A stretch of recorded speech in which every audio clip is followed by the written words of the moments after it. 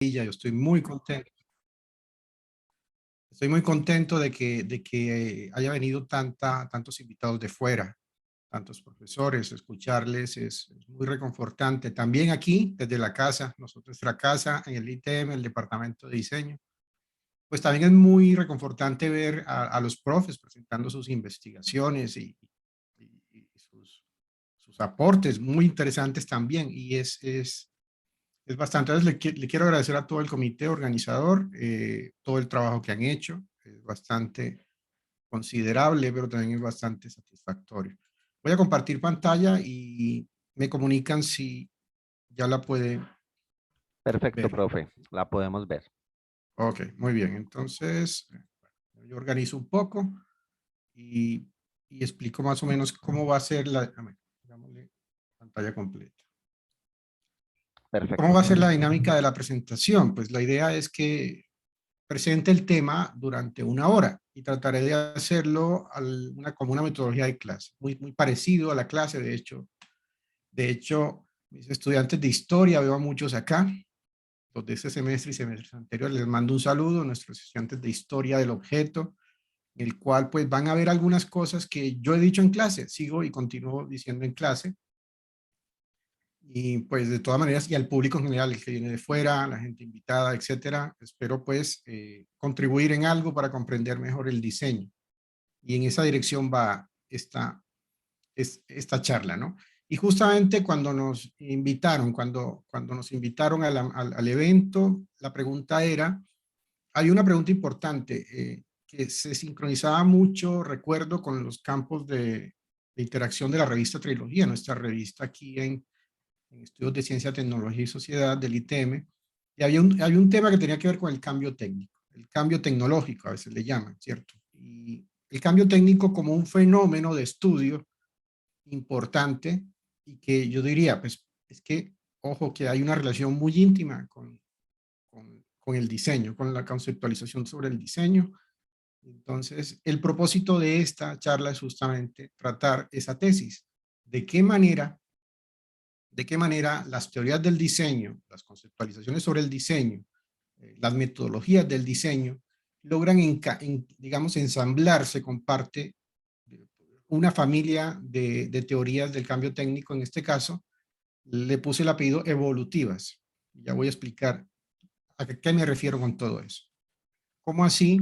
¿Cómo así que los modelos evolutivos del cambio técnico? Bueno, espero que dentro de una hora pueda convencerles de que específicamente las teorías del diseño tienen un papel fundamental en explicar los mecanismos de variación, sobre todo los de variación y selección también, de las teorías evolutivas del cambio técnico. Pero vamos despacio, línea a línea, y vamos a ver por qué esto es un problema teórico interesante. Es un problema y que tiene implicaciones que pueden ser extendibles a la misma práctica del diseño. Entonces, así va y comenzamos. Bueno, como dijo Sebastián, pues mi formación en buena parte es de filósofo. Es decir, aunque fui primero ingeniero, después filósofo, siempre hay preguntas que parecen demasiado obvias como para hacerlas. Preguntas tan obvias que pocas veces nos preguntamos. Y ese tipo de pregunta es la que guía una serie de teóricos que trabajan sobre este tema, que es el cambio tecnológico, el cambio técnico. ¿Por qué hay cambio técnico? Ustedes saben desde mis clases de historia del objeto, en el cual estudiamos una buena parte, sobre todo al principio de los cursos, la relación entre el humano y la técnica. Creo que es bastante evidente. Creo que es bastante, como es tan evidente, a veces uno suele suponerla al principio, ¿cierto? Pero hay una correlación íntima entre la transformación técnica del mundo y la constitución de lo que es humano. Eso es algo que, pues, esa vuelta está en un lugar común, pero es importante dejarlo claro. Pero la cuestión que sucede con la técnica es que la técnica, hemos visto que ha surgido desde diversas partes, de diferentes grupos humanos, y que no es estática. Es decir, permanentemente dentro de los grupos, civilizaciones, de todas las épocas, encontramos que existe un cambio técnico, una especie de cambio, sobre todo que se manifiestan en los objetos, artefactos, se manifiestan allí y parece evidente, tenemos evidencia de todo tipo, ¿no? Y a veces hay grupos, sociedades, civilizaciones que tienen un cambio técnico más lento, otros, hay periodos y sociedades que tienen cambios técnicos más rápidos, a veces es más lento, a veces es más rápido. Justamente ahora estamos en un periodo, yo creo que justamente ahora estoy hablando de los últimos 150 años, y sobre todo en industriales, estamos en un periodo de rápido incremento del cambio técnico. Estamos en un periodo del cambio técnico y la pregunta es, ¿eso se da naturalmente? ¿Por qué se da? Es una pregunta bastante obvia. Se da, uno responde porque sí, ¿no? Porque sí, no. Bueno, entonces empezamos a hilar una serie de factores que influyen en el cambio técnico. Y obviamente cuando tenemos claro que hay una relación entre el origen técnico humano y lo humano, sabemos que cambio técnico implica cambio cultural y cambio cultural implica cambio técnico. Y por lo tanto, si hay un cambio cultural, es que estamos redefiniendo nuestra propia manera de ser en el mundo constantemente.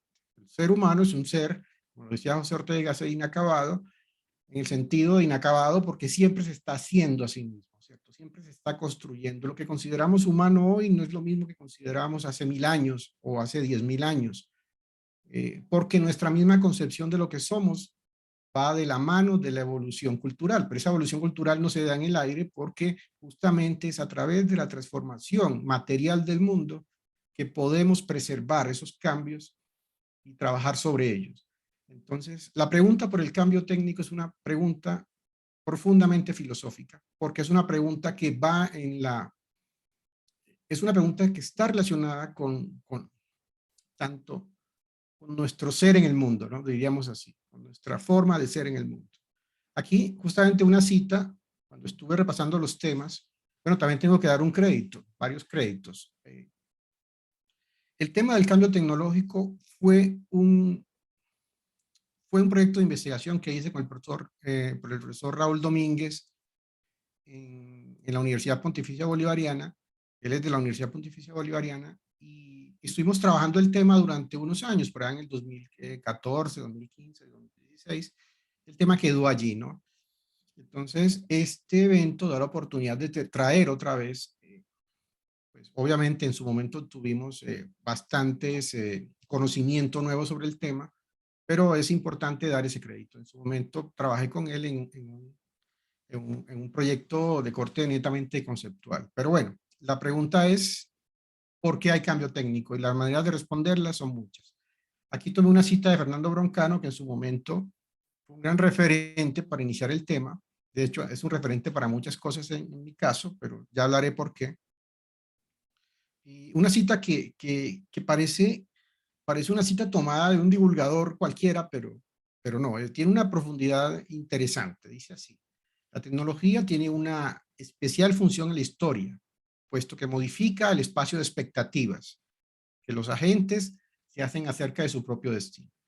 Y ojo con la cuestión del espacio de expectativas, porque considero, para mí la cultura es cultura material, ya hablaremos de eso, y la cultura material se mantiene en el tiempo, se consolida es por la modificación material del entorno. Y en ese sentido, nos hace hacer cosas, pues, sugiere un orden social, etcétera. Bueno, pero ya hablaré más adelante del tema. Esta es solamente la introducción.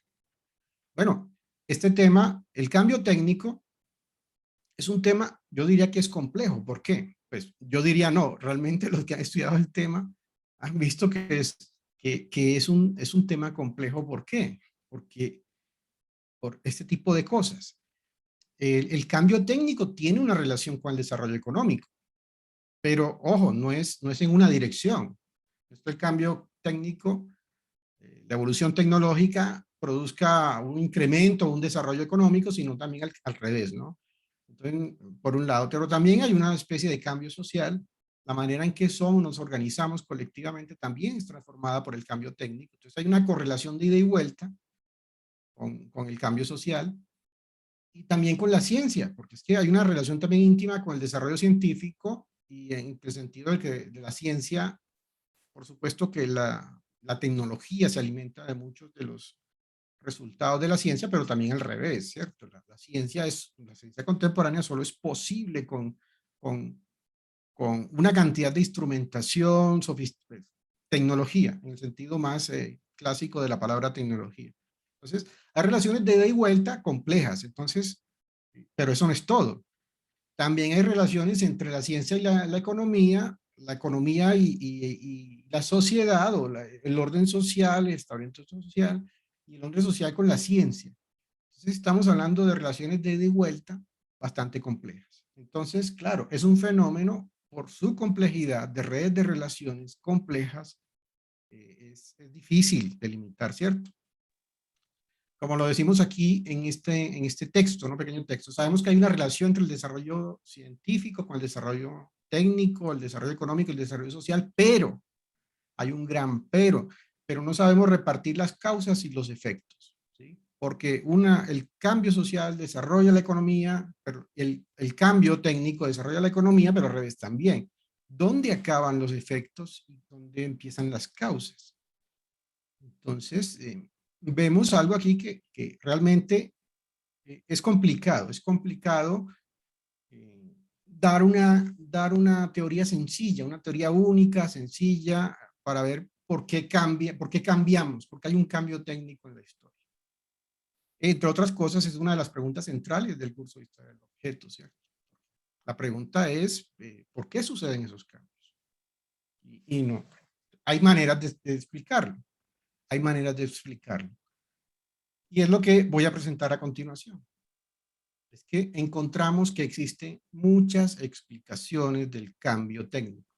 Yo he querido hacer unas categorías muy grandes, quizá irrespetuosas, pero categorías que a mí me sirven para poder plantear el problema y explicar por qué voy en determinada dirección. Vamos bien de tiempo. Entonces, he puesto la idea de que existen, sobre todo las primeras explicaciones, teorías, modelos de cambio técnico son de origen teleológico. Y la palabrita teleológica no debería asustarnos. Telos son fines, ¿cierto? Es decir, explicaciones que, por ejemplo, explican a lo largo por qué sucede algo, ¿cierto? Porque existe una orientación de hacia dónde va la tecnología en este caso. Entonces, es una explicación de corte teleológico. Pero hay otras que sucedieron, que empezaron a aparecer, sobre todo después de los años 60, que intentaron tomar el mecanismo, los mecanismos evolutivos, sobre todo darwinianos, porque hay otros tipos de mecanismos evolutivos, para tratar de dar una alternativa a esa explicación. Pero por supuesto, esto no se queda aquí. Hay otro tipo de explicaciones que a veces son combinaciones de unas con otras, o son aplicaciones que vienen de, por ejemplo, de la sociología, otras que vienen de la filosofía, etcétera, que son de otra orientación. Pero bueno, básicamente, ¿qué encuentra uno con las explicaciones teleológicas? Pues básicamente teorías economicistas, sobre todo economicistas clásicas, ¿cierto? La idea del equilibrio del mercado, etcétera, esa es una. También hay aproximaciones marxistas. Recordemos que el modo de pensar marxista es muy de un mecanismo de lucha de clases, etcétera, a través de unos periodos, pero también es una aproximación teleológica, sigue una dirección. También se intuyen muchos de los filósofos de la tecnología del siglo XX, arquitectos que pensaron la técnica. Aquí tenemos a Gideon, quizá lo conozcan. De hecho, Gideon, en la mecanización toma el comando, ahí presenta una idea bastante determinista de la técnica. La técnica va tomando cada ámbito y va avanzando por su propia dinámica, resultado de sus propios valores, como son la eficiencia y la eficacia. Entonces, hay muchos pensadores deterministas, la mayoría de ellos pesimistas, pero también hay deterministas optimistas, o más bien, sí, optimistas. Y hay otros también que son los tipos de deterministas, yo le diría aquí promotores de la innovación, yo solamente, son los que predominan en la divulgación, los que predominan los grandes avances, que vamos en esta dirección. O sea, todas esas son aproximaciones de explicación del cambio técnico teleológicas. Van a un fin y se supone, se supone que la tecnología sigue su propia dinámica. O sea, hay una autonomía de los sistemas tecnológicos que siguen sus propias dinámicas. Ahí la sociedad tiene poco que decir, ¿no? Es decir, pues, solamente la sociedad sigue los ritmos y las pautas de la tecnología. Son bastante conocidos. Lo que pasa es que los discursos deterministas uno los ve bastante, no son tan explícitos, a veces hay que verlos con la mirada implícita, ¿cierto? Por ejemplo, cuando Kurzweil dice que en el 2000 tal va a venir la singularidad, ese tipo de cosas, o que por ejemplo, ese tipo de afirmaciones que son muy taquilleras, que son bastante atractivas, etcétera, que son una forma de determinismo optimista, pero también hay otros, los otros también son muy populares, los pesimistas, ¿no? El control de las máquinas, etcétera, etcétera, ¿no? Ese tipo de explicaciones que no dan grandes detalles. Bueno, entonces vamos al otro tipo de explicación que no es teleológica, es decir, es una explicación que tomando el modelo darwinista intenta quitar la idea de fin, ¿cierto? Es decir, de la misma manera que los seres vivos no siguen fines, o sea, por ejemplo, pueden explicarse los seres vivos, la historia de los seres vivos se pueden explicar a través de mecanismos de variación-selección, podríamos explicar también el desarrollo de muchas cosas, porque los mecanismos evolucionistas no se agotan solo con los seres vivos. Algunos dicen que las ideas se pueden expresar así, las teorías científicas pueden tener un modelo evolutivo, que la creatividad se puede explicar con un modelo evolutivo, que la tecnología se puede explicar con un modelo evolutivo, que la economía se puede explicar con un modelo evolutivo. O sea que el modelo evolutivo darwinista puede llevarse más allá. Ya hablaremos particularidades de él porque ese es el punto central. Pues básicamente a nosotros, bueno, a mí particularmente no me interesan las explicaciones teleológicas porque suponen que existen unos fines de carácter universal, pero no, los fines son relativos. Los fines, los grandes proyectos son locales, son relativos y cambian en el tiempo, no son permanentes. Entonces, definitivamente, la opción de explicación aquí va por los modelos evolutivos en el sentido que manifiesto acá de que no siguen fines y propósitos específicos.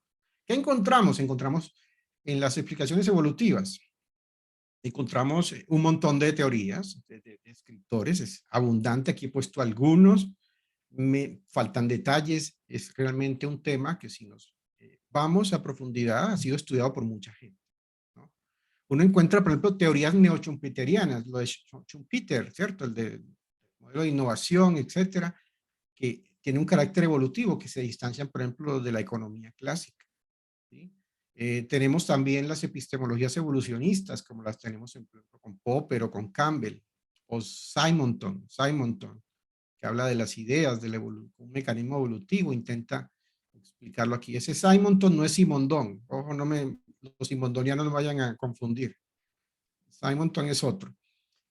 Las teorías las teorías que llaman culturalistas, que consideran que toda evolución cultural, pues la técnica es una manifestación de la cultura y por lo tanto podría el modelo de cambio técnico ser un derivado de una teoría del cambio cultural, o sea, una teoría evolutiva del cambio cultural. Aquí tenemos, por ejemplo, a Richard Dawkins con su famosísima alusión del meme, que ahora tomó una connotación más de chiste, ¿no? Pero el concepto de meme o de meme viene de gen, ¿cierto? Es decir, el replicador que sucede en los seres vivos, que es el gene, que lo dice la teoría sintética de la evolución, el replicador sería un min, una especie de unidad cultural que evoluciona, que está sujeta a mecanismos de variación-selección y que es lo que perdura, ¿no? Lo que evoluciona. Eso, bueno, ya veremos qué tan bueno es esa aproximación. Vamos a dar detalles, pero vamos a ver por qué esa aproximación tiene algunos problemillas.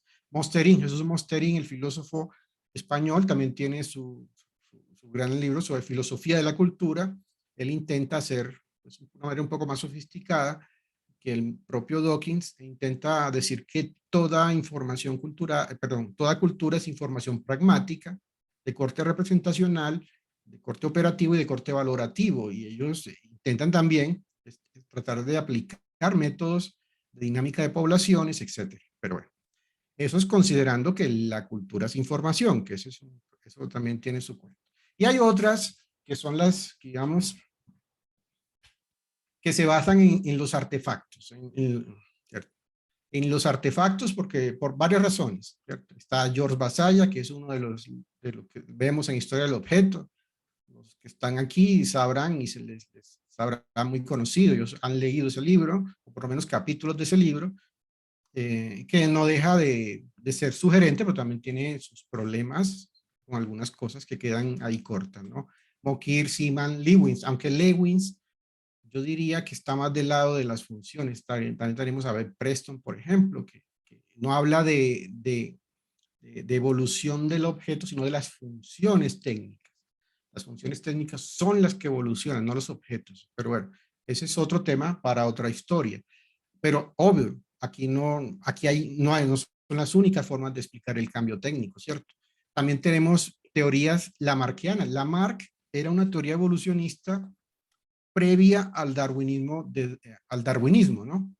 Pero era una teoría evolucionista diferente porque era una teoría que aceptaba que existía el medio, era capaz de redirigir el cambio evolutivo en una sola generación. No se daba que de generación en generación, sino que el medio era capaz de desarrollar, de hecho tiene un término muy específico, pero bueno, Elster, que es un pensador contemporáneo, él dice que el modelo de cambio técnico no es darwiniano, sino lamarckiano, porque obviamente los procesos de diseño son procesos intencionales y no son procesos azarosos. Entonces, él por ese lado intenta llevar a la idea de que el cambio técnico sí tiene orientación y podría ser de corte más lamarckiano que darwinista.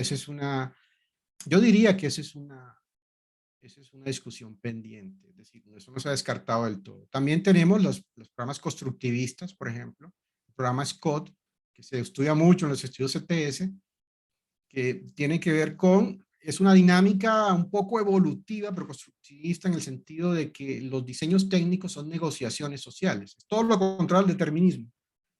En el determinismo la tecnología seguía su dinámica propia, autónoma. Pero acá los constructivistas es al contrario, es el contexto social, la sociedad, la que dirige el cambio técnico, ¿cierto? Entonces es como del otro lado de la esquina del determinismo, ¿sí? Y ellos tienen un mecanismo a través venido de la sociología, a través de negociación de grupos sociales relevantes. Esos grupos sociales relevantes pueden ser, ¿cómo lo diríamos? Pueden ser las compañías, los usuarios. De hecho, es un modelo bastante atractivo, digamos, conversa mucho con las metodologías del diseño centrado en el usuario. Podría haber ahí, ¿no? No son teorías obsoletas, para nada, son teorías que son potentes. Otra es la teoría de la concretización de Simondon, esa sí que tiene potencia, porque tiene muchos, ¿cierto? Tiene muchos seguidores. Aquí mismo el profesor Juan Diego Parra no va a estar aquí, de la facultad, es bastante simondoniano. Él me dirá, pues, pero podría explicarlo mejor esto, pues una teoría de la concretización. Las máquinas, sobre todo las máquinas, una ontología de las máquinas que produce, ojo, que este Simondon es francés, Gilbert Simondon, no es Simonton el otro, no, son diferentes. Entonces, lo que vemos aquí es que estas fueron las que alcancé a recoger, ¿no? Y vemos que hay muchas maneras de explicar el cambio técnico. Hay muchas maneras de explicar el cambio técnico. Entonces, la primera edición es que, pues particularmente me voy a concentrar en las explicaciones evolutivas. Las explicaciones evolutivas, y daré las razones de por qué. ¿Por qué? ¿Por qué no utilizar otro tipo de acercamiento? ¿Cómo vamos de tiempo? Vamos bien. Bueno, espero no aburrir los chicos. Seguimos. Primero, la diversidad. ¿Por qué en principio es posible, o más bien, por qué es recomendable utilizar un modelo evolutivo? Pues es justamente una de las cosas que aparecen, por ejemplo, en el modelo de George Basaya, ¿cierto? O Basala. Aparece al principio de su libro dice, bueno, es que los ecosistemas, o sea, ¿cuántas especies de seres vivos existen? Uno diría, más o menos, hay ya tabulados unas 7, 8, 9 millones de especies, incluyendo microorganismos, insectos, todo tipo de plantas. O sea, el ser humano sería una de esas varias millones de especies, ¿cierto? O sea, la diversidad es enorme.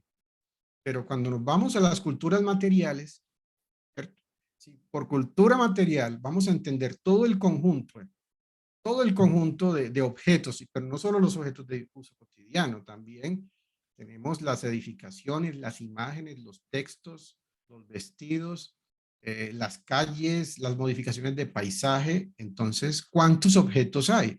La pregunta típica que yo siempre hago a la primera clase de historia del objeto, que ya mis estudiantes deben estar mamados de esa pregunta: ¿cuántos objetos hay en tu habitación?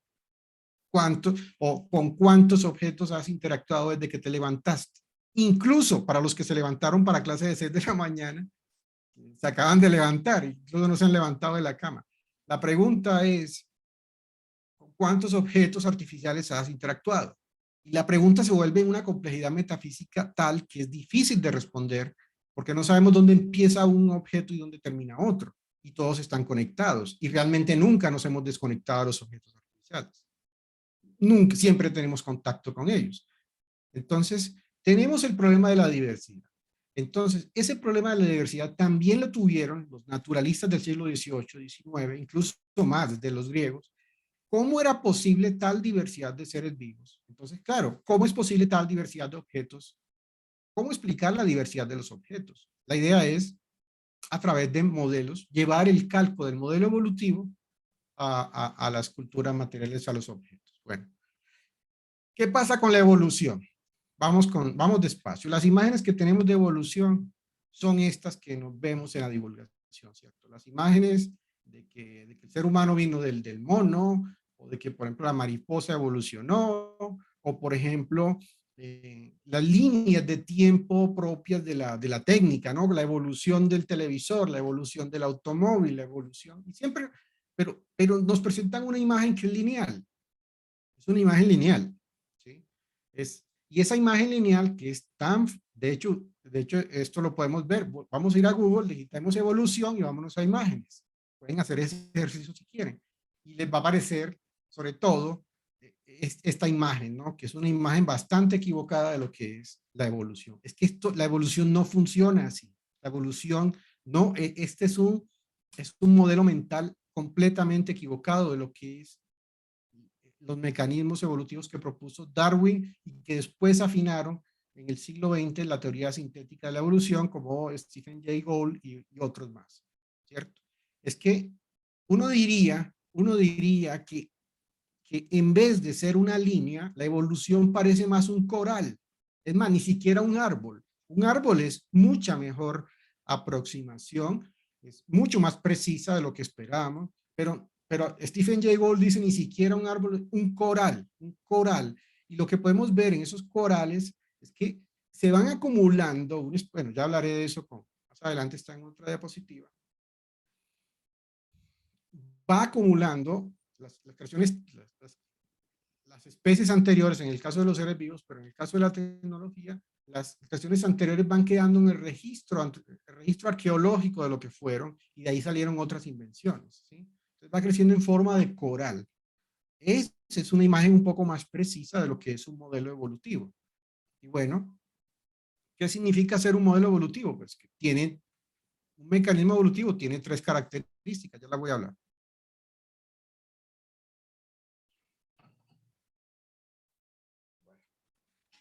Bueno, lo primero, el mecanismo evolutivo se puede aplicar más allá de los seres vivos. De hecho, es lo que ha pasado, como les dije yo. ¿Pero qué debe tener?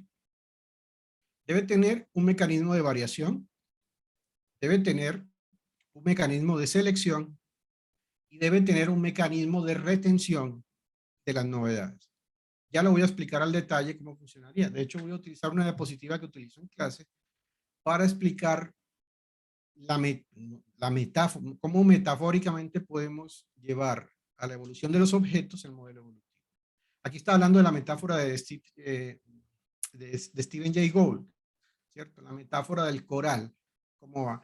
Si vemos, él tomó esta ilustración, de hecho, bueno, no la cité acá, esta ilustración de cómo es un coral a nivel microscópico, ¿cierto? Cómo un coral va viendo ramificaciones que pueden ser exitosas o no, ramificaciones que pueden continuar una descendencia, un linaje nuevo y otros no.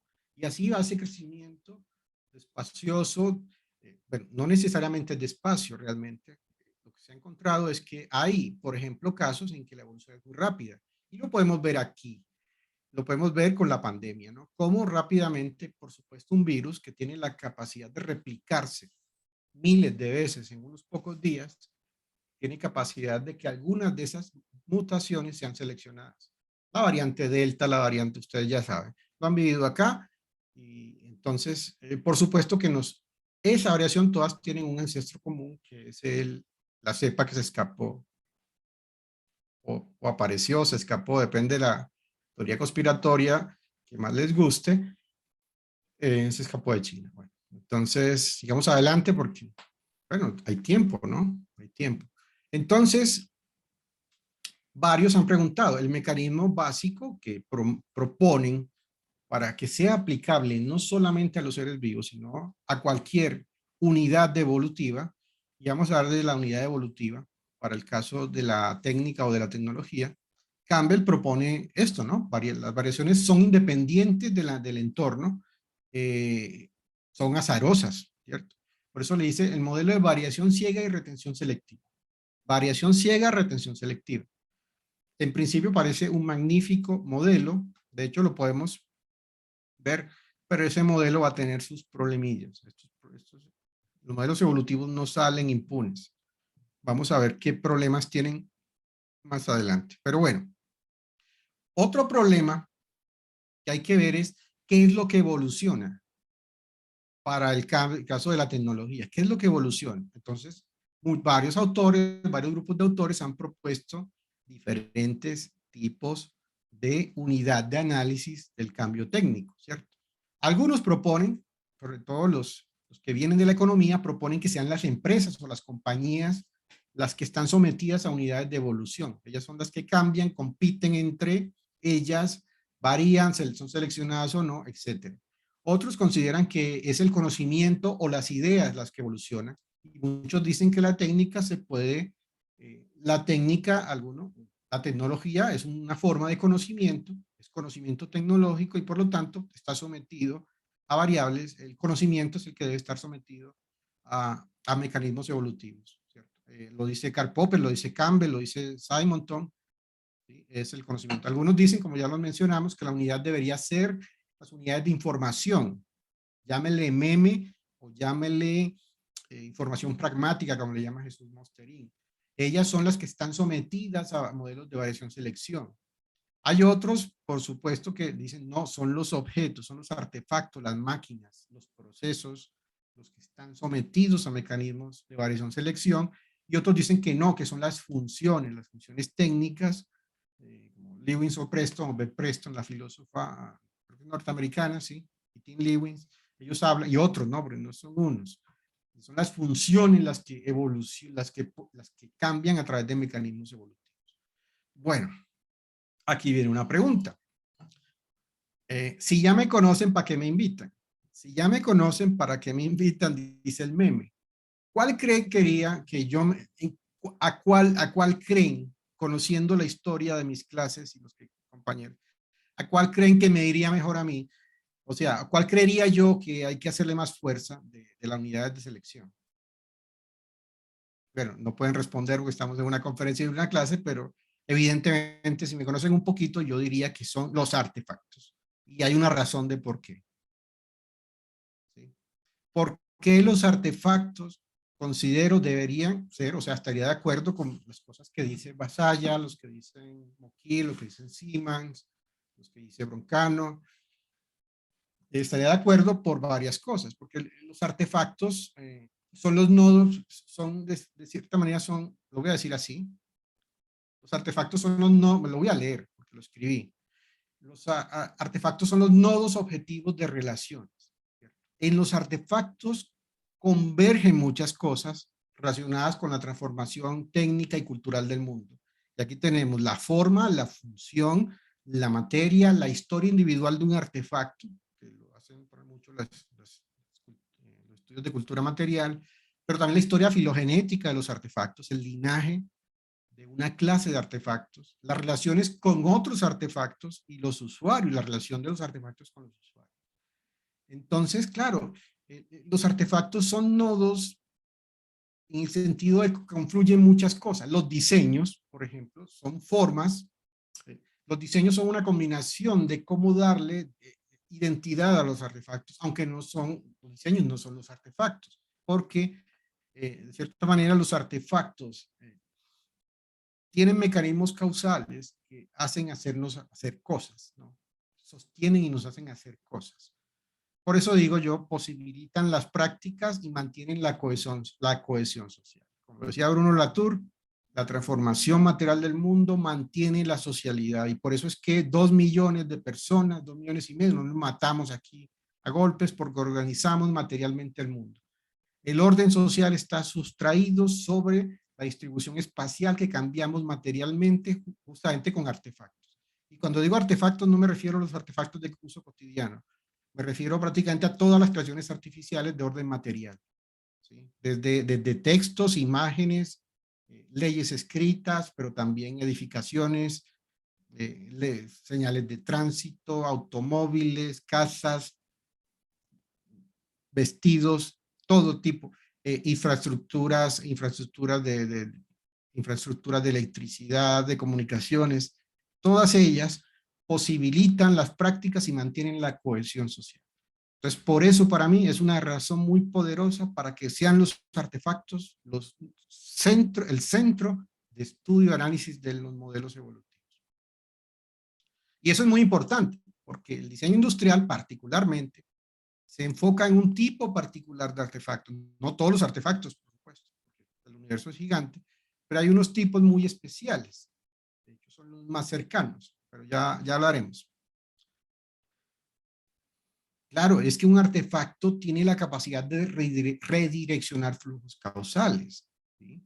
De hecho, yo lo diría así, nosotros hablamos de símbolo, pero yo considero que es una manera metafórica porque realmente la capacidad de transformar flujos causales, por ejemplo, lo que hace, por ejemplo, voy a poner ejemplos cotidianos, lo que hace una mesa. Una mesa, hay un material que tiene una estructura tal que es capaz de soportar un cierto peso, pero además sus formas no rememoran ciertas cosas. Es decir, hay flujos causales, produce un efecto causal sobre los agentes que interactúan con el artefacto, ¿cierto? Y no tiene que ser necesariamente un artefacto práctico, una herramienta, porque eso es muy venido de por ahí del marxismo, la idea de herramienta. No son las herramientas simplemente, son los objetos en general. Ese que está ahí atrás, esa imagen que está ahí atrás, que es un cuadro de Home Center, no tiene gran valor artístico en el mercado del arte, produce un cambio causal, ¿cierto? Él redirecciona la luz. La luz que está allá atrás la redirecciona y eso es significativo para mí en este caso. Y puede ser significativo para ustedes porque puede rememorar al profesor dando clases, si el profesor es bueno, si el profesor es malo, también es significativo, pero en el sentido negativamente. Entonces, las imágenes también. Por eso todo el Internet, que básicamente tenemos acceso a Internet a través de pantallas, es fundamental ahí el diseño web, el diseño de interfaces, es fundamental allí porque, pero ya hablaremos del diseño más adelante, pero es fundamental porque es la manera de cómo las modificaciones de luz que produce una pantalla podemos tener acceso a hacer cosas, comprender cosas, ¿cierto? Entonces, los objetos justamente son los que transforman causalmente. Y somos seres tridimensionales con materia, materiales somos. Y entonces, la manera de cambiar nuestra forma de ser en el mundo es materialmente también, ¿cierto? Si viviéramos en Matrix, ahí ya no sería de esa manera. No vivimos en Matrix. Si viviéramos en Matrix sería diferente, pero no es así. Entonces, sigo justificando por qué esto ya van 40 minutos. Bueno, sigo adelante. Los replicadores. ¿Cuáles serían los replicadores en caso de que sea la unidad de análisis de cambio técnico los artefactos? pues lo que ¿qué es un replicador? Es la entidad que transmite su estructura durante su replicación. Para los seres vivos son los genes, ¿no? Podríamos decir que son los genes. Para los artefactos serían los diseños. Los diseños son los que se replican, ¿cierto? ¿Y por qué son sometidos? Porque por supuesto que el reloj no es una invención que se inventó alguien acá, ¿no? El reloj, hay miles de diseños de reloj, pero sabemos que hay un linaje de los primeros relojes, ¿cierto? Hacemos relojes porque ya los conocíamos anteriormente y los reproducimos, ¿cierto? De hecho, una de las grandes diferencias que hay entre la tecnología contemporánea y las técnicas artesanales es que los diseños, en el caso de los artesanos, está más a ver, ¿cómo lo diríamos? Están en su sistema nervioso, ¿no? Tanto sus representaciones como sus habilidades, está allí, como que la aprendió con esfuerzo propio a través del entrenamiento. Pero en el caso tecnológico, y aquí los diseños son explícitos, ¿no? Están en medios de representación, los planos, los bocetos, las simulaciones, el dibujo, los prototipos, las maquetas, allí, y eso multiplica la potencia de la transformación técnica del mundo. Es como la escritura. Miren, el diseño es para la tecnología en sentido industrial. El diseño es para la tecnología industrial lo que fue la escritura para el lenguaje oral, para la comunicación oral. La escritura supervitaminizó, creó la literatura, básicamente. Multiplicó la literatura. El diseño multiplica el desarrollo tecnológico, en el sentido de que al poder utilizar elementos de representación material, la supervitaminiza. Yo diría, yo lo digo así, pues, y ojalá me perdonen la verdad, ¿no? Bueno, voy a explicar rápidamente cómo sería entonces un mecanismo, cómo explicarlo. Esto ya es como más escolar, para que me comprendan a qué nos referimos con ese mecanismo de variación ciega y selección retentiva. Y vamos a ver después qué problemas tiene. Bueno, lo primero es que tenemos un primer objeto de referencia, una nueva clase de objeto que le encontramos y es creado, ¿no? Es el objeto A. Y a partir de allí del objeto A hay varias cosas que suceden. Vamos a hablar de generaciones, pues para tratar de llevar el modelo evolutivo acá, pero no tiene que ser generaciones, necesariamente hay una dirección del tiempo en esta dirección, ¿cierto? A partir del modelo A, del diseño A, del objeto A, vamos a ver que podemos hacer variaciones y aparece un modelo ligeramente diferente a A, pero inspirado en A, que se llama el objeto B. Mire que comparte ciertas formas, cierto color, pero es ligeramente diferente. Aquí ha aparecido una variedad. Entonces, este es un modelo de variación. ¿Quiénes hacen esas variaciones? Pues las personas técnicas, los humanos, obviamente los objetos, y eso sí, no lo he aclarado, pero creo que es bastante obvio para aclararlo, los objetos no se reproducen solos. Los objetos los reproducen los humanos dentro de culturas materiales que permiten la reproducción de ese objeto, con ciertas habilidades, conocimientos, técnicas, instrumentos, etcétera, normas, etcétera, incluso valores. Entonces, hay una variación del objeto inspirado en el objeto A. Entonces, aparece una nueva, entre comillas, especie, ¿no?, de objeto y que es seleccionado. Vamos con otra generación y aquí aparece una variación del objeto B y vemos que el objeto A, vamos a ponerlo aquí con el mouse. ¿Sí se puede ver? No, no se puede ver. Bueno, vemos que la A sigue teniendo su propio linaje, pero ha inspirado ya otras formas. Incluso aquí aparece una variante de la forma B. Y seguimos adelante. ¿Qué sucede? Con el tiempo, esta variante B realmente no fue seleccionada, es decir, apareció ofrecida como inspiración de un ancestro anterior, de un linaje anterior, una derivación de un linaje anterior, pero no fue seleccionada. Por acá, por ejemplo, aparece otra variación del objeto A, por ejemplo, el objeto D. Imaginemos que esto es, por ejemplo, un martillo, una forma de martillo. Cómo las formas de los martillos van cambiando con pequeñas variaciones del pasado. ¿Sí?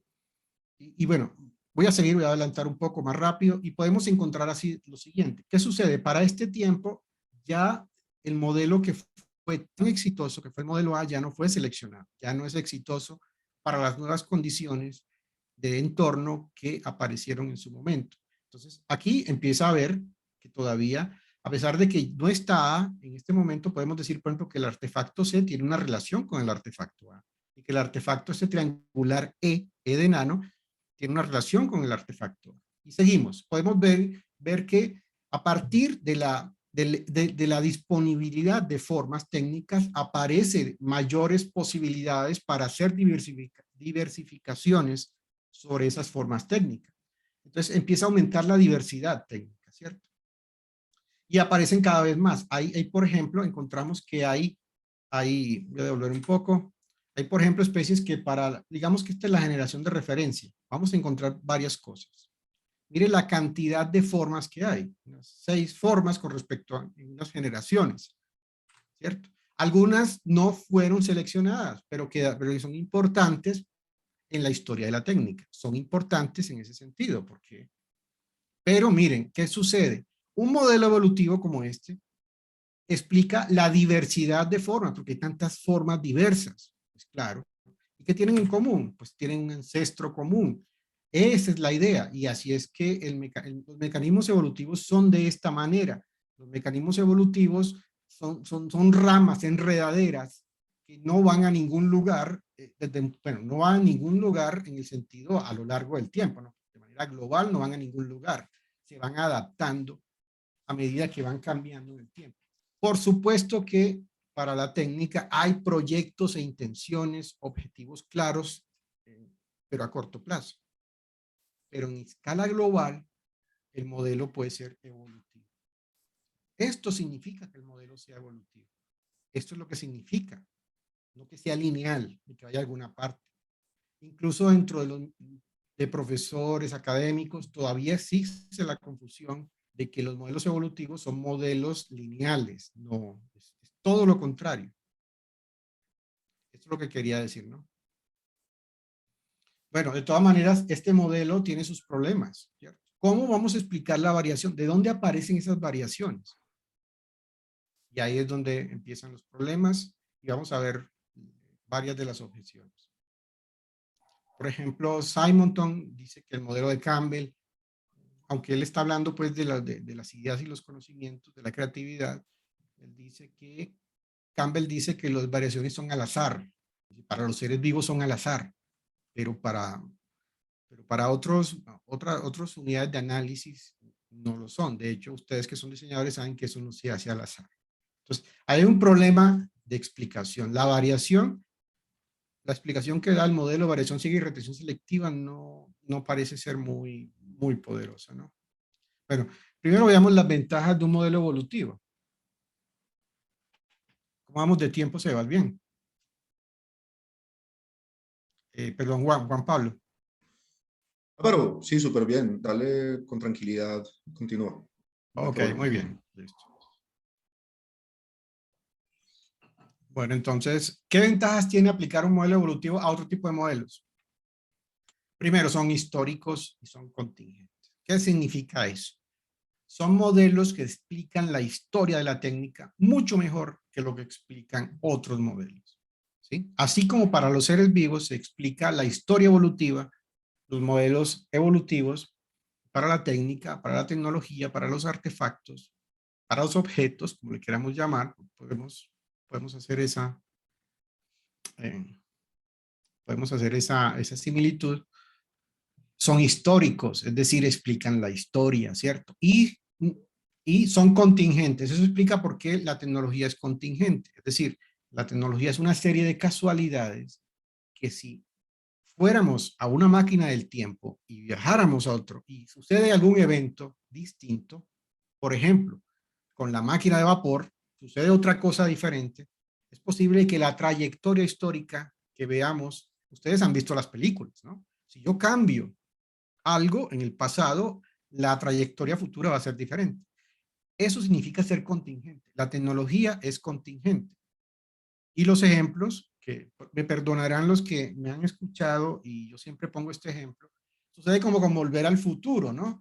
la película de Volver al Futuro de 1985, porque cuando viajaron al 2015 de Volver al Futuro, viajaron a, esto fue en Los Ángeles, eso fue en San Francisco, creo, ¿cierto?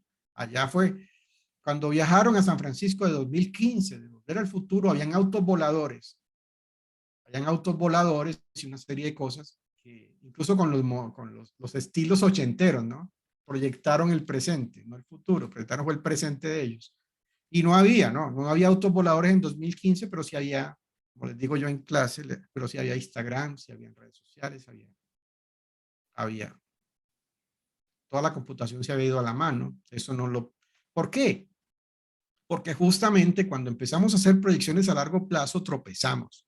¿Por qué? Porque los sistemas tecnológicos no son sistemas que siguen fines fijos, sino que esos fines van cambiando. Por lo tanto, los modelos teleológicos fallan en ese caso. Fallan en eso. Entonces, es mejor no intentar predecir a largo plazo. Lo que hay que buscar son alternativas para, ya veremos en qué dirección va el diseño y por qué estas reflexiones van a servir para el diseño industrial. Ya lo voy a dar. Voy a dar mis razones claras. La primera es la contingencia y la historicidad del modelo. La otra son antiesencialistas y no teleológicos. Ya saben lo que significa ser teleológico. No son jerárquicos, en cierto sentido, y explican también cuándo los cambios se dan de manera paulatina, pero también rápida. Una cosa que quiero recordar acá con este modelito es que hay continuidad, ¿cierto? Básicamente podemos decirnos que una nueva invención no viene de la nada. Una nueva invención viene de inspirarse en lo que ya existe, combinar lo que ya existe, dividir lo que ya existe, derivar lo que ya existe. ¿Sí? En ese sentido, un buen diseñador debe conocer bien el estado actual de las circunstancias para inventar algo que no sea obvio o inventar algo, siquiera sea capaz de inventar algo nuevo. Bueno, y otra cosa es importante, es que nos hace responsables del futuro. ¿Qué significa hacer responsables del futuro? Pues como el futuro está abierto, no es como los deterministas que dicen que el futuro ya está escrito, que todo va a ir en esta dirección, ¿cierto? Que vamos a alcanzar la singularidad en 2030, ya todo está escrito. No, porque ¿quién se esperaba una pandemia? Imagínense el evento de una pandemia, cómo cambia las cosas y en qué dirección van a llevar. ¿Cierto? Sí, entonces, los futuros en fin, sigamos. Bueno, estos son otros, eso es uno de los ventajas que yo encontré en la literatura. Aquí hay otras que quise poner adicionalmente, que tiene que ver con un hilo argumental de esta manera. Miren. Vamos a ver si me hago entender. Dice, los entornos de cultura material son ecosistemas técnicos. Ecosistemas entre comillas, por supuesto. Pero los sistemas técnicos tienen procesos de diseño intencionales.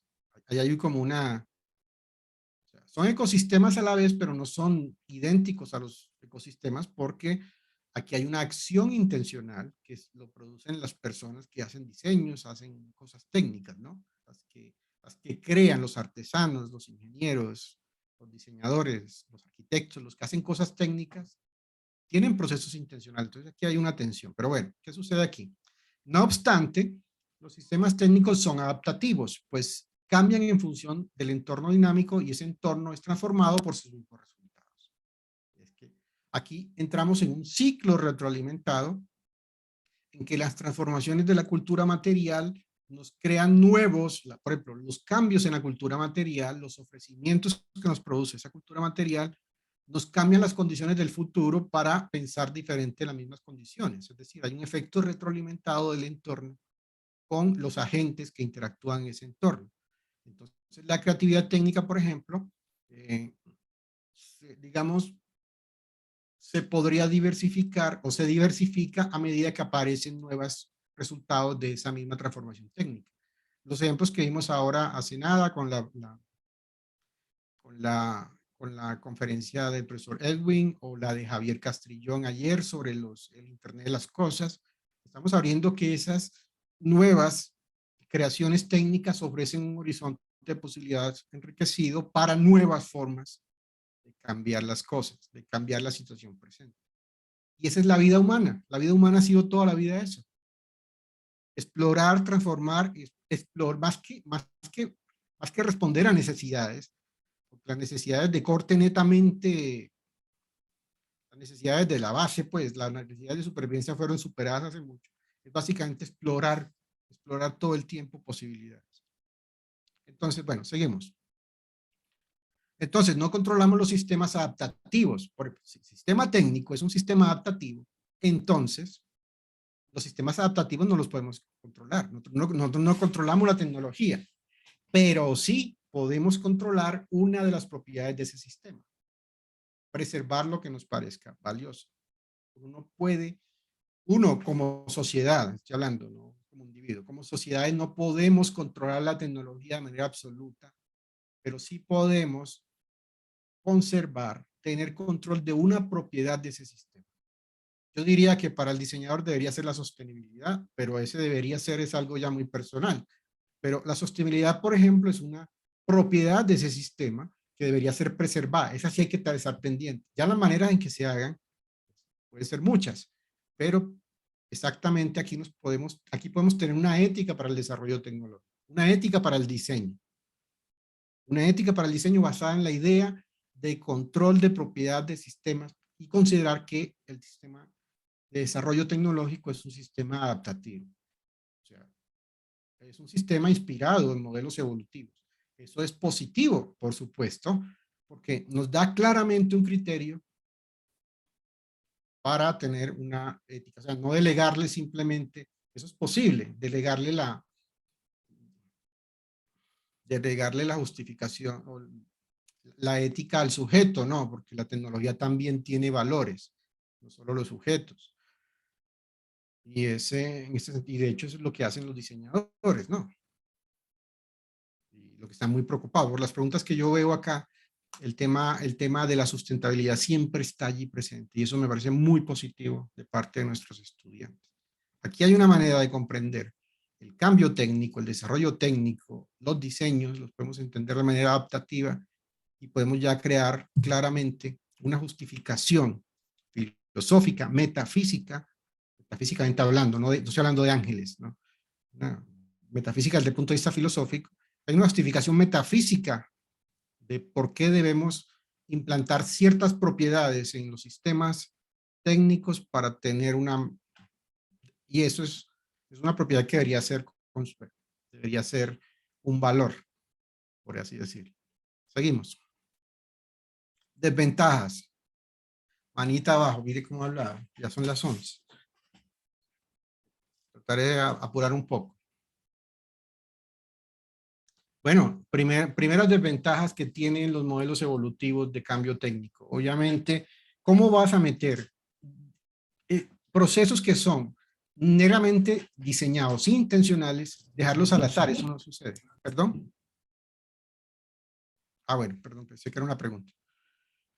¿Cómo dejarlos no al azar? Es decir, realmente los procesos de diseño no son al azar, son intencionales. Ahí, por ejemplo, el modelo de variación-selección, ahí en la variación no explica nada. Eso es un gran hueco que tiene el modelo de variación-selección.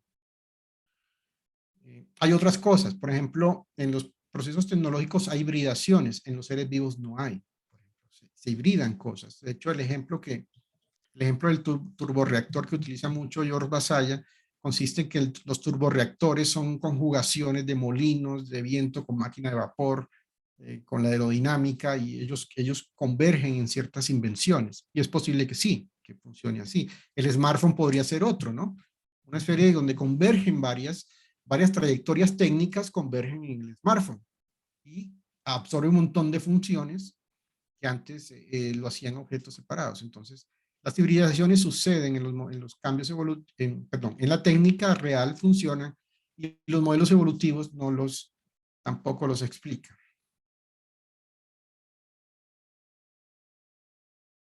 Bueno, lo que decimos aquí, los modelos darwinistas explican la selección natural o la selección cultural, pero no la diversidad, pero no las innovaciones y mutaciones. Por eso es que la tesis de la presentación es que son las teorías del diseño las que ayudan a comprender mejor las variaciones o mutaciones en estos modelos. Entonces, se complementan. Hacia eso va todo esto que he estado hablando. Esa sería la propuesta teórica de este profe, que las teorías del diseño podrían ayudar a comprender esos mecanismos de variación que son completamente oscuros en los modelos evolutivos. Dicen que suceden, pero no por qué. Tampoco dan detalles de la creación técnica del proceso, y eso sí lo quedan, ¿cierto? Entonces, vienen las preguntas. ¿Cómo explicar los procesos intencionales locales? ¿Cómo meter la intención ahí y no el azar? Los procesos de diseño justamente son procesos intencionales. ¿Cómo explicar las innovaciones o mutaciones? Es la otra gran pregunta. ¿Cómo explicar las hibridaciones y los usos creativos? Y cómo dar detalles de los métodos de creación técnica. Bueno, justamente aquí retomé la idea del coral. Bueno, el diseño trabaja en una escala micro y localizada, primero. El diseño en especial, el diseño en general, pero el diseño industrial en particular, pero sus consecuencias pueden ser enormes, ya que puede abrir abrir trayectorias nuevas exitosas en el cambio técnico. Lo voy a poner así.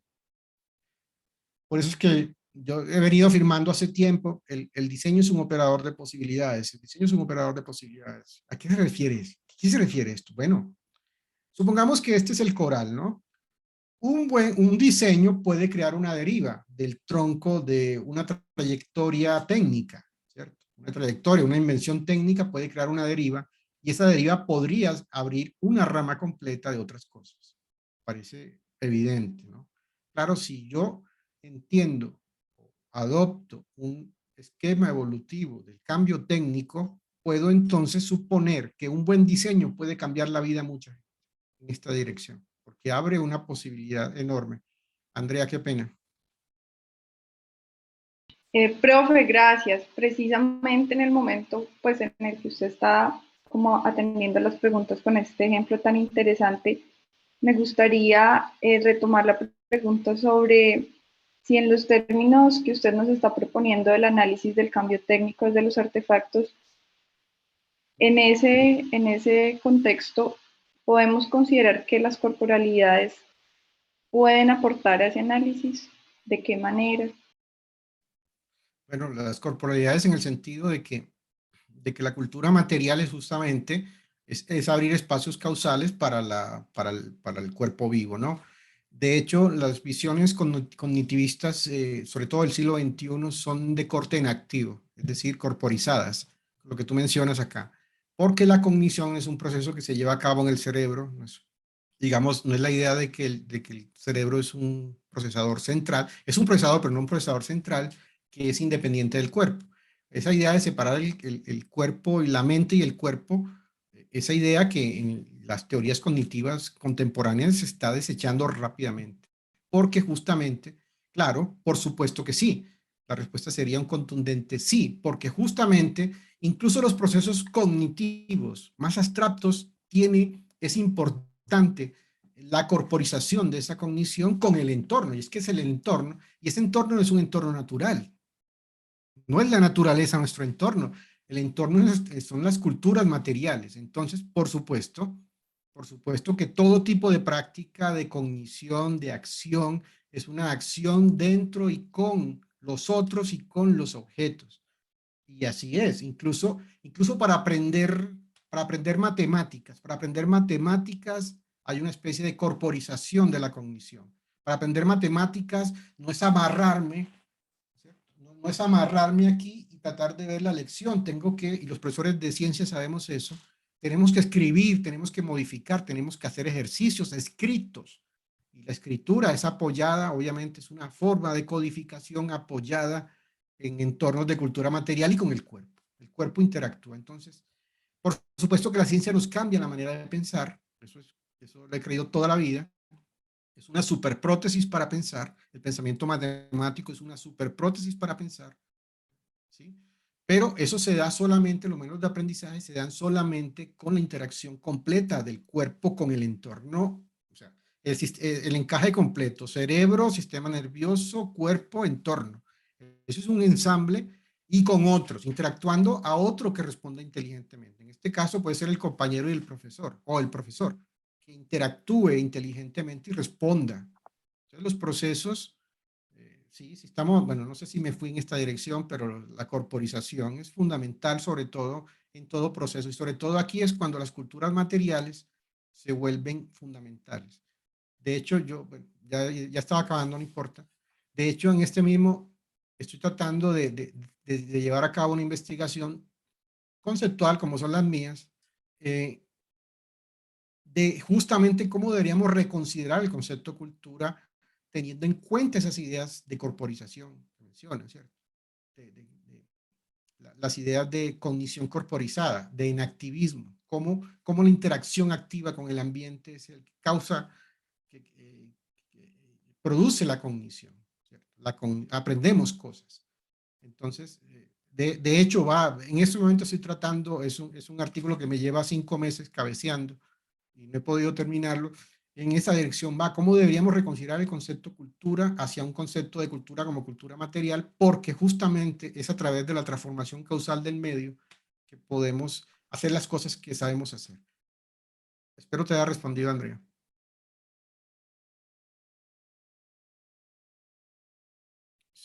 Profe, muy generosa su respuesta, gracias. Yo creo que nos va a invitar a mucha reflexión. Profe, yo tengo una pregunta, si es posible en el momento. Pues ya empecemos con las preguntas. ¿Qué consejo nos da desde Álvaro, su parte? espera, Sonia, dame un momento. Si quieres, ¿recopilamos las preguntas de una vez o quieres Bueno, finalizar? yo tengo que decir 2 cositas más y ya termino. Si quieren, no, ya la pregunta de Sonia, Sonia, hagámosle. dale, listo. Y entonces entramos a las preguntas. Exacto, gracias.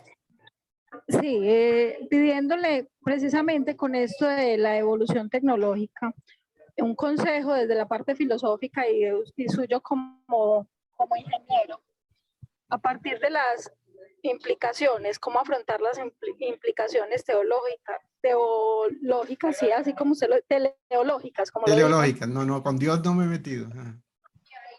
Sí, discúlpeme. Teleológicas. Hablarnos un poquito de esas implicaciones desde el diseño industrial. Yo sé que usted es una apasionada de diseño, entonces me gustaría escucharlo.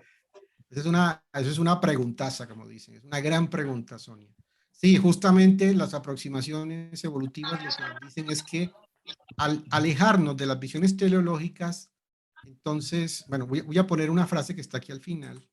Con esto quería terminar. ¿Cierto? Es justamente lo que nos permite corregir lo del pasado, porque claro, si el futuro no está escrito, está abierto, entonces disciplinas como el diseño son las que nos permiten canalizar de una manera sistemática y metodológica procesos para abrir nuevas posibilidades, en este caso con objetos cotidianos, con sistemas, con experiencias, lo que se dedica el diseño. Pero específicamente esto lo que nos dice es que el diseño es abierto, ¿sí? Y lo que nos, mire esta frase que puse al final. Es el horror del pasado el que nos impulsa hacia el futuro y no una fuerza atractiva de algún fin no realizado. El fin no realizado es en la visión teleológica, ¿no? Y la otra sería la visión evolutiva, por así decirlo, ¿cierto? Es el horror del pasado. ¿Cómo estamos haciendo de mal las cosas? ¿Cómo tenemos que corregir el futuro? Los problemas que tenemos ahora, sobre todo los problemas de orden social, los problemas de orden ambiental, de sostenibilidad en general, los problemas de exclusión, todo ese tipo de problemas es justamente saber que están para tratar de redireccionar, y eso es lo que nos impulsa al futuro, que sería esta la reflexión que vendría al final. Entonces, por eso digo yo, esa pregunta tuya es una gran pregunta, porque hacia eso va a terminar esta presentación. Espero te haya respondido, Sonia. Sí, señor, claro que sí. Espero el final que va a decir. Muchas gracias. Ok. Bueno, entonces, bueno, si no quiero abusar del tiempo, entonces las teorías del diseño, ¿cómo ayudan? Pues claro, varias cosas, ¿no? Los procesos de diseño, por ejemplo, una cosa que me parece importante aquí, una de las grandes facultades del diseño es identificar situaciones mal, entre comillas, mal planteadas, en donde la mayoría no los ve. Si algo que ha entrenado el diseño, digamos, las metodologías del diseño. Lo que han entrenado es justamente a identificar situaciones mal planteadas en la que la mayor parte de la gente no la ve. La creatividad viene de ahí, ¿no? De poder ver cosas que la mayoría no ve. Y ofrecer alternativas causales. Cuando digo alternativas causales, es que tenga una transformación causal del medio, ¿no? O sea, obviamente al final va a ser material porque no hay otra manera de cambiar causalmente, sino materialmente, incluso con conceptos. Los conceptos pareciera que, aquí, por ejemplo, esta es una investigación conceptual, estamos hablando de conceptos, pero los conceptos, aunque yo los diga aquí verbalmente, para que sean durables en el tiempo, eso tiene que estar escrito. O sea, al final debe ser un texto lo que se debería escribir sobre estos temas, y ese texto, los que lo van a leer con interés, lo que van a leer quizá ayude a transformar la manera de pensar y entender la realidad. Entonces, incluso ese texto que saldría de una investigación conceptual es material, incluso ese es material, escrita sobre una plataforma, sea una plataforma digital o no, digital o en papel, hay una transformación material al final. Entonces, exactamente es esto en el caso del diseño. Ofrecer alternativas causales para la realidad que enriquezcan el horizonte de posibilidades. Enriquecer el horizonte de posibilidades. De eso se trata. A través de la reconfiguración y adaptación de usos creativos y elementos de la cultura material preexistente. Esto es sobre la definición de diseño, pero me parece que ustedes muchos autores han hablado sobre el diseño. Esto es una reconstrucción de lo que se vio, lo que está en el Consejo Internacional de Sociedades del Diseño, pero no. Simplemente quiero llegar a las conclusiones ya porque ya se me acabó el tiempo. Bueno, rápidamente son 4 conclusiones. El darwinismo es más que una metáfora biológica y se puede aplicar a muchos procesos de carácter histórico y adaptativo. Se puede aplicar a las ideas, al conocimiento, se puede aplicar a los diseños, a los objetos, a las funciones. Se puede aplicar mecanismos evolutivos a muchas cosas que tienen procesos de variación-selección. Siguiente. Los procesos de cambio técnico tienen un componente intencional y no azaroso. Eso es importante. No obstante, opera solo localmente y no a largo plazo.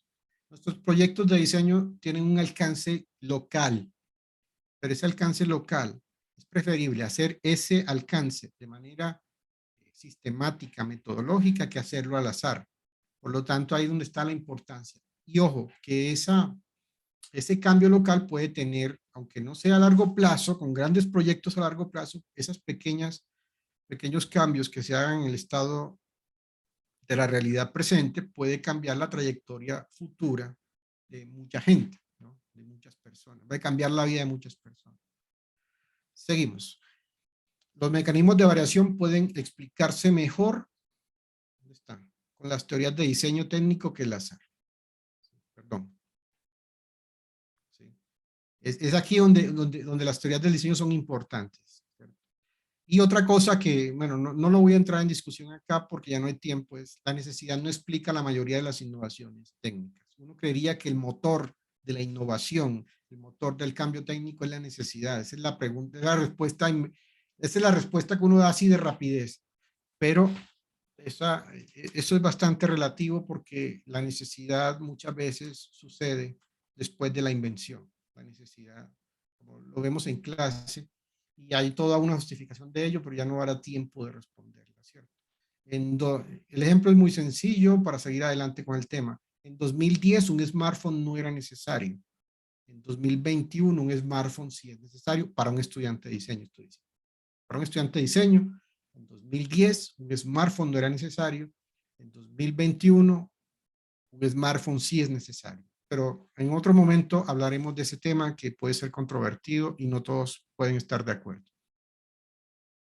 Bueno, los modelos evolucionistas nos permiten comprender que los sistemas técnicos son adaptativos, pues cambian en función del entorno dinámico y ese entorno es transformado por sus mismos resultados. Es importante. Y para acabar, no controlamos los sistemas adaptativos, pero sí podríamos controlar una o varias propiedades de ese sistema. ¿Cierto? Preservar lo que nos parezca valioso y ahí se encuentra el aporte de los procesos de diseño.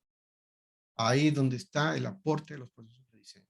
Entonces, todos los discursos de Papanek, Víctor Papanek, de diseño sostenible, diseño sociable, todos ellos pueden conjugar aquí con esta idea.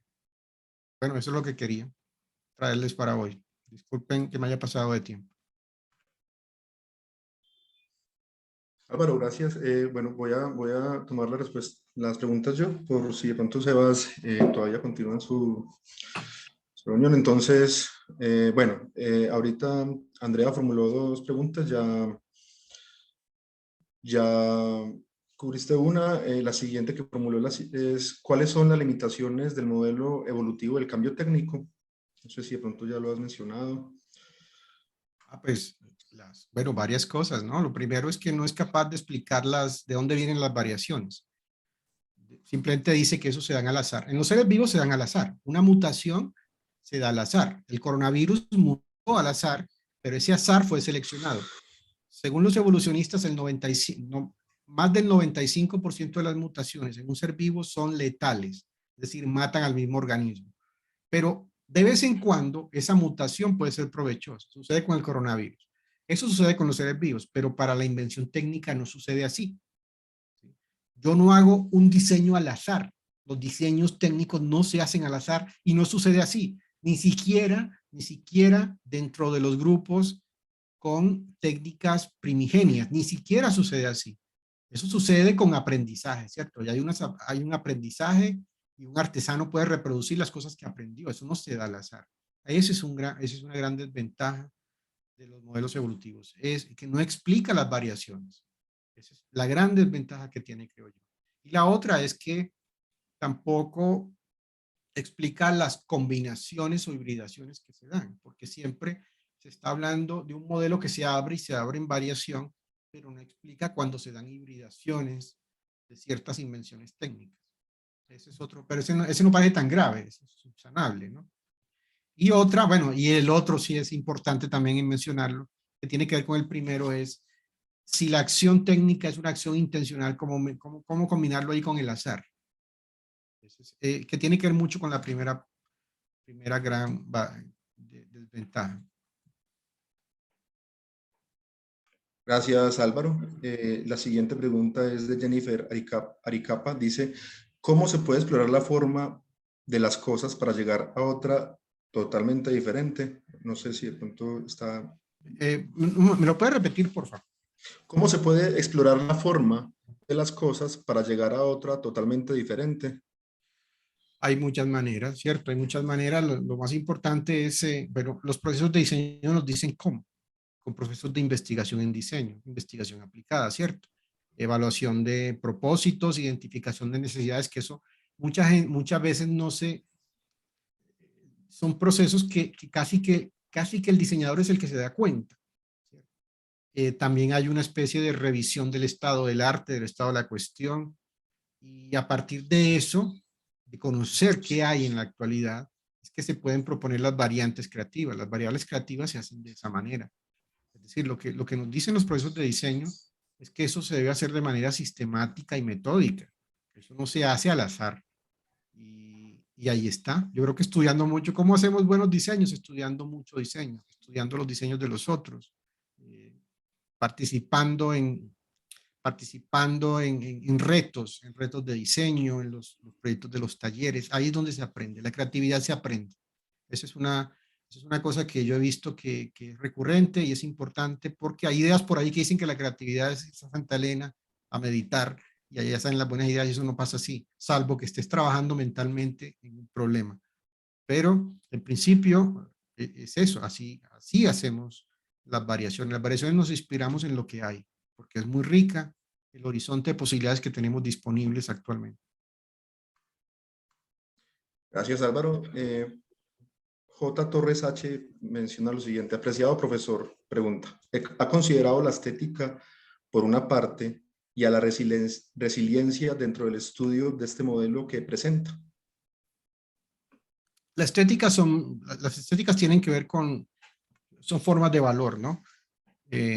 Valor que tienen que ver con la forma en que nos hace sentir, cómo nos cambia la percepción. Estoy hablando de la estética en los objetos cotidianos. ¿Cómo nos cambia la percepción y qué nos retrotrae? Todos esos elementos son importantes, claro, son fundamentales en el diseño. De hecho, gran parte de los primeros movimientos de diseño giraban alrededor de si la Si la estética era fundamental o no, evidentemente eso sí lo es. Sí, por eso entendemos por estética, ¿no? Esta palabrita también tiene juego. Pero por supuesto, de hecho es posible que esté uno de los valores principales que esté en un proceso de diseño puede ser la estética. ¿Cierto? La manera en cómo cambia mi percepción del mundo. Eso también es una transformación causal. ¿Cierto? Un objeto me puede, digamos, la palabra, ¿cómo sería? La forma, la textura, el color, los elementos perceptivos de un objeto me pueden cambiar y cambiar la experiencia que tengo con él. Por supuesto que tiene que ser aquí. Y la resiliencia, ¿a qué se refiere con resiliencia en el modelo? Es decir, ¿en qué sentido podría estar? Esa sí no la entendí bien.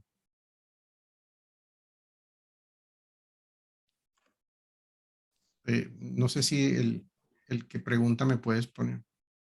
Dice que no tiene micrófono ni cámara, que pide disculpas, quizás esa parte quede pues así como un poco abierta. Resiliencia como esa capacidad de mantener. Bueno, tendríamos que ver en qué sentido está hablando. Seguramente él tiene más clara la pregunta. Y, bueno, la podría responder pues en otro Dice, contexto. me refiero a entornos contrarios al desarrollo de un diseño. Buena pregunta. Esa buena pregunta, yo no lo he pensado. ¿Sí? Entornos contrarios al desarrollo de un diseño. Eso es lo que no debería haber, ¿no? Entornos contrarios al desarrollo de un diseño, por lo menos desde el punto de vista del contexto de diseño, ¿no? Ya sabemos que la separación entre contexto de diseño y contexto de uso, lo que nos han dicho es que esos campos no están separados, esos campos están unidos. Tendríamos que pensarlo. Yo no tendría una respuesta ahora, pero sería muy interesante pensar ese concepto dentro de las explicaciones que dan las teorías del diseño a ese tipo de elementos. Habría que ver en qué tipo, en qué sentido, pero bueno, esa sería mi respuesta. No sabría todavía, pero está muy interesante pensar ese tipo. Sobre todo la misma pregunta por la separación entre contexto de diseño y contexto de uso, si todavía es válida, ¿no? Muchas metodologías de diseño dicen que ya eso no es válido. Bueno, yo tengo una pregunta, quizás dos, es probable que sean dos. Pues yo he suscrito las concepciones intencionales. Básicamente, pues lo que mencionan es que los artefactos son extensiones básicamente de nuestros estados mentales, a los cuales les podemos atribuir estructura y función, ¿cierto? Sin embargo, digamos que Richard Dawkins, que lo mencionaste ahorita, en el libro Escalando el Monte Improbable, introduce un concepto que es los objetos diseñoides. Básicamente lo que habla de los objetos diseñoides es que son objetos que están en el mundo, pero que no son intencionales, ¿cierto? Básicamente organismos vivos y los productos de los organismos vivos, por ejemplo, la araña y sus telas, ¿cierto? Sus estructuras, pero que nosotros tenemos la capacidad de asignarle cierto tipo de sentido a esas estructuras y darle, obviamente, otorgarle esas funciones y estructuras. Entonces la pregunta es, si tú crees que eso es un concepto válido, si es válido, ¿cómo podría ajustarse al modelo evolutivo? Y por supuesto, como se entiende bien que los artefactos son contingentes, como lo mencionaste, particulares, por lo tanto no son necesarios, si no rompería, digamos, con esa condición, evidentemente. Básicamente sería como mi pregunta. Espero no haber sido muy confuso. Está buenísima y te voy a decir lo siguiente. Voy a presentar esta diapositiva para responder esa pregunta. Aquí está explico, más o menos esto. Bueno, esta referencia que yo uso acá del mecanismo de variación ciega y retención selectiva, yo la utilizo para explicar una tesis que George Basaya lo estudiamos en clase, se llama la tesis de la continuidad. Él tiene una idea de que ninguna invención viene de la nada. Toda invención tiene influencia, es una modificación o permite una nueva invención. Las invenciones nunca vienen de la nada, ¿no? Y es la pregunta que le hicieron a ese modelo de continuidad que me parece que exagera un poco, ¿cierto? Está bien que haya continuidad, pero a veces se le pasa la mano. Pero bueno, eso es una opinión personal sobre Vasalla. Y Vasalla le preguntan, bueno, don Vasalla, don George, se llama George. Entonces, don Jorge, usted dice que todos los objetos se inspiran en anteriores invenciones.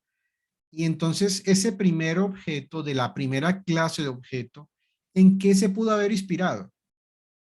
La respuesta es dada de las dos maneras. Es o un uso creativo de un objeto previamente inventado o de un objeto inspirado en la naturaleza.